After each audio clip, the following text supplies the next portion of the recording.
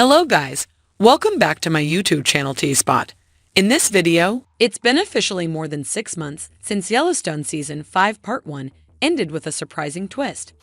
It was January 1st, and we were happy to see that the show is paving the way for a really exciting season that will hit the screen in summer 2023. So all we had to do was to wait for 6 months and then welcome the new season. Well, here we are, still patiently waiting after 6 months with no hope to watch new episodes of the hit show anytime soon. By the time we reached March, it was obvious that things were not going the way they were supposed to. With Kevin Costner leaving the series and Paramount removing the video heralding the summer 2023 release date, we realized that it will take for Yellowstone Season 5 Part 2 to be released way more than our initial expectation. During his process as fans, we blamed two main figures for such an outcome, Taylor Sheridan and Kevin Costner. To be honest, I still believe that we had valid reasons to hold these two accountable, as their personal decisions had a much wider impact than they'd put into account. That being said, with recent reveals behind the scenes of the production, I started to realize that there is one more villain in this chaos that the Yellowstone universe is currently suffering: the Paramount Network.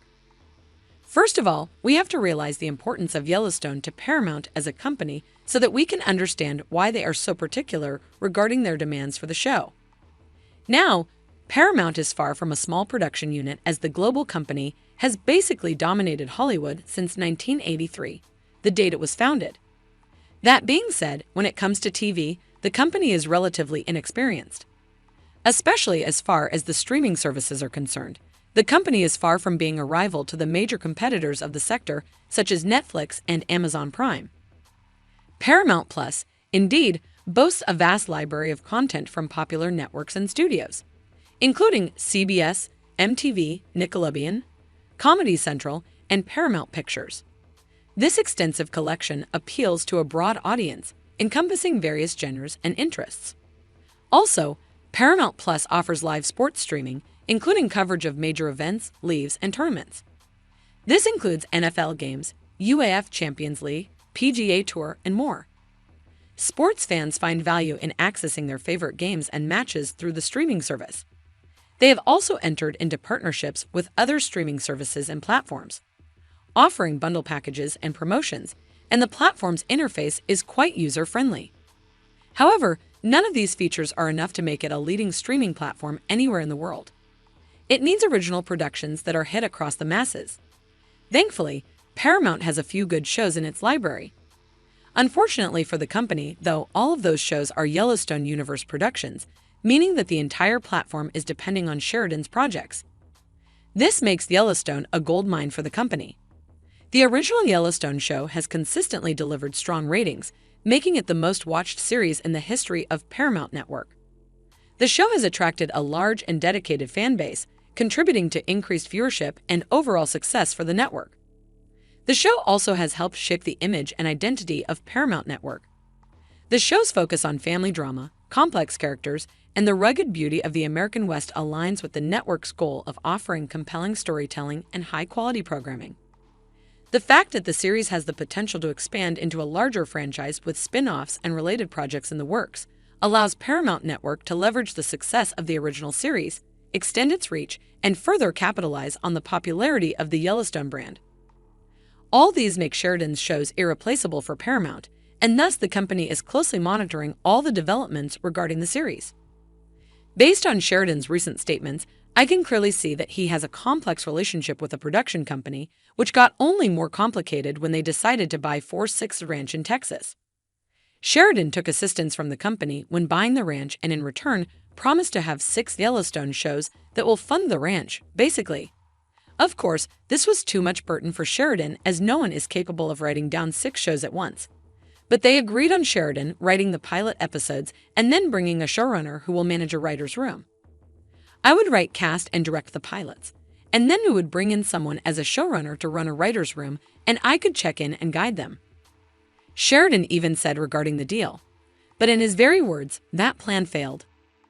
It seems like I tried this formula in other Sheridan projects, Tulsa King and Lioness, but the showrunners and writers have failed to capture the essence of Sheridan's shows, the legendary writer expresses. I'm really interested in the dirty of the relationships in literally every scene. But when you hire a room that may not be motivated by those same qualities, and a writer always wants to take ownership of something they're writing, and I give this directive, and they're not feeling it, then they're going to come up with their own qualities. So for me, writers' rooms, they hadn't worked, he said on the issue. I just make movies to support my horse's habit. Of course, this proves how perfectionist Sheridan is and how much he cares about his work. And to be honest, I'm not mad at him for being that way, since this particularity of him made a show like Yellowstone possible.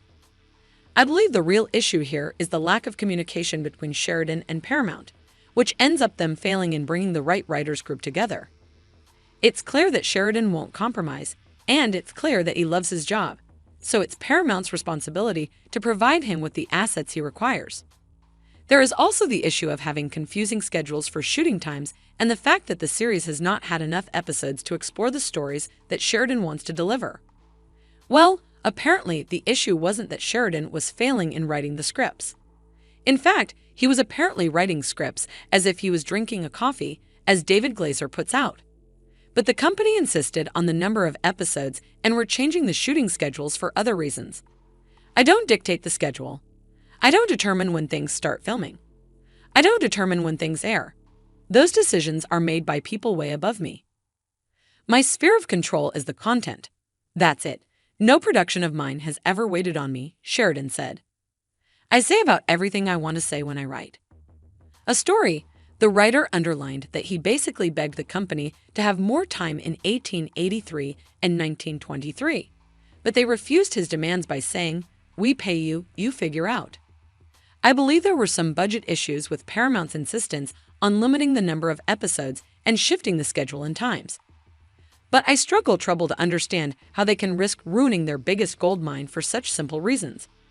After all, they are losing us, the devoted fans, by postponing the release date of the new seasons over and over again. Eventually, they will have no fans to root for them, even for an epic show like Yellowstone.